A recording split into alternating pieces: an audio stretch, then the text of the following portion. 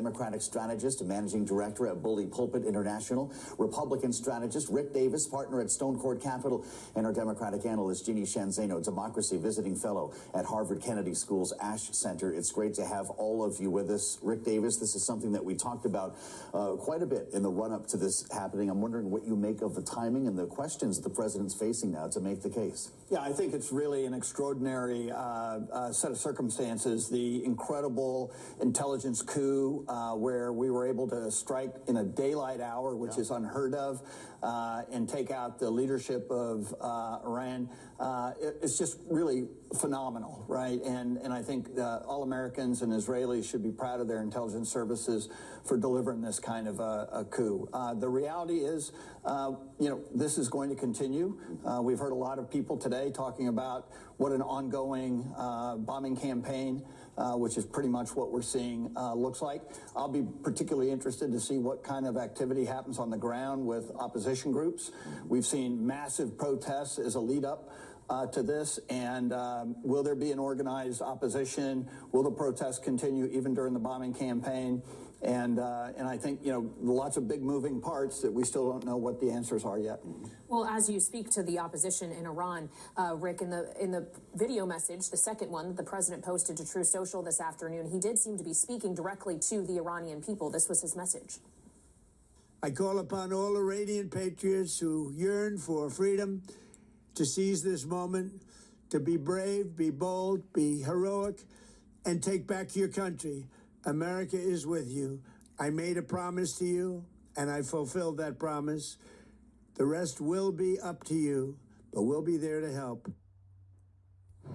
What kind of help might we need to provide, Adam? Are the Iranian people actually capable of seizing power in a vacuum like this? I think the first question we got to ask is who in Iran are we actually turning it over to? I mean, I think there's been no clear alternative. There's no clear that we are giving them the arms that they need to then rise up. Remember, the Iranian Revolutionary Guard and the leaders may not be the top leaders. They still got all the guns. And the last I checked, they're not putting them on Facebook Marketplace to give them to anybody else, right? They have the weapons. And there's no clear way that you're going to then create the conditions for those other forces to rise up and topple that regime. So that's number one. I think the second thing is it also makes us a bit less safe here at home. I think people need to be really clear about the threat here.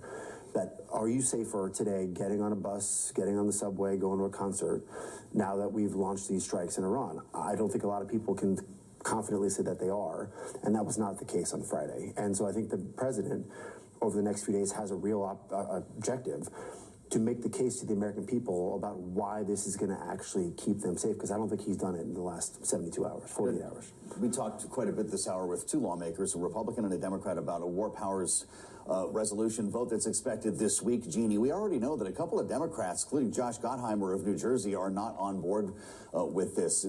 Does that suggest that it has already failed? No, it doesn't. Most Democrats are on board with it.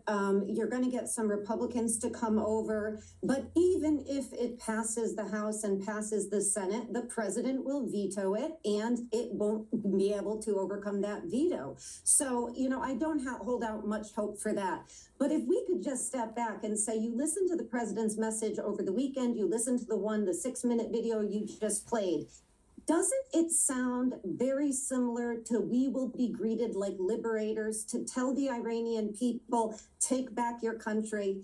There is no structure in place in Iran at this point. It shows a lack of understanding of how that regime works. What you've done is decapitated the leader. It is a system which is built to withstand this kind of decapitation. They've been making plans for this since well before last June, the last time they attempted to assassinate the Ayatollah. It is a defused regime, and they have gone underground. There is a deep state there. And so it is going to be very hard now for the U.S. and Israel to what? Strike a system. And what is Iran's strategy? As long as they can hold out, they feel like they are winning. So the president has an objective of a regime change, but no plan in place and no understanding of this regime to accomplish that. And there's not much Congress can do. This is all up to the midterms, because unless Democrats take the House and potentially the Senate,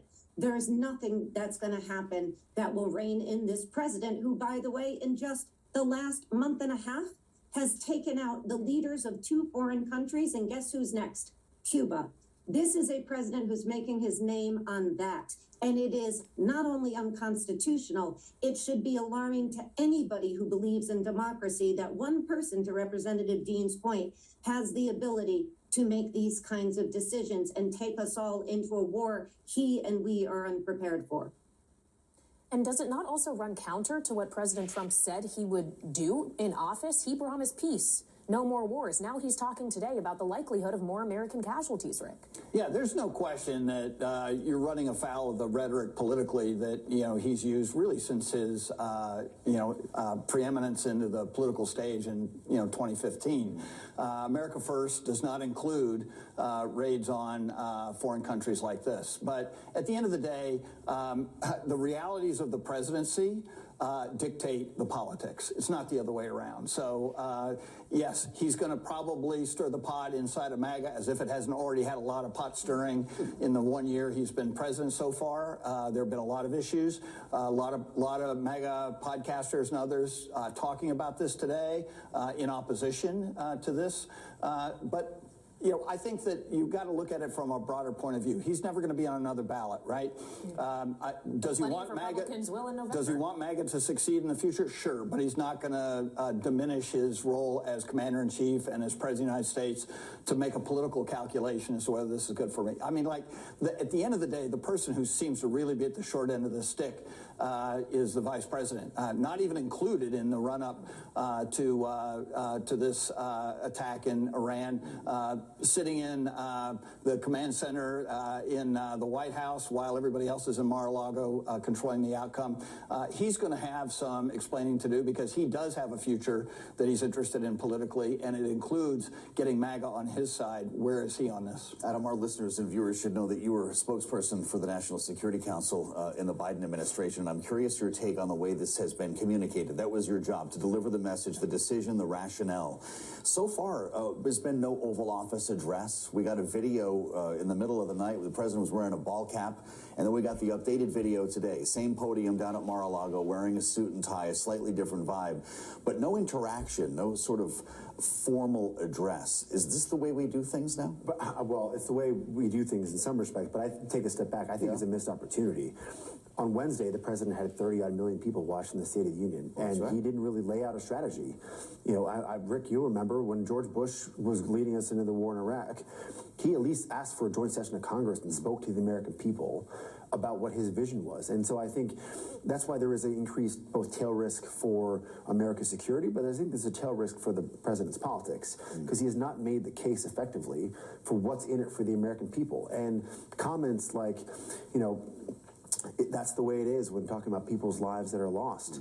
That's not going to ring too great for the husbands, the wives, the sons, the daughters who aren't coming back from this war in Iraq. Around the script.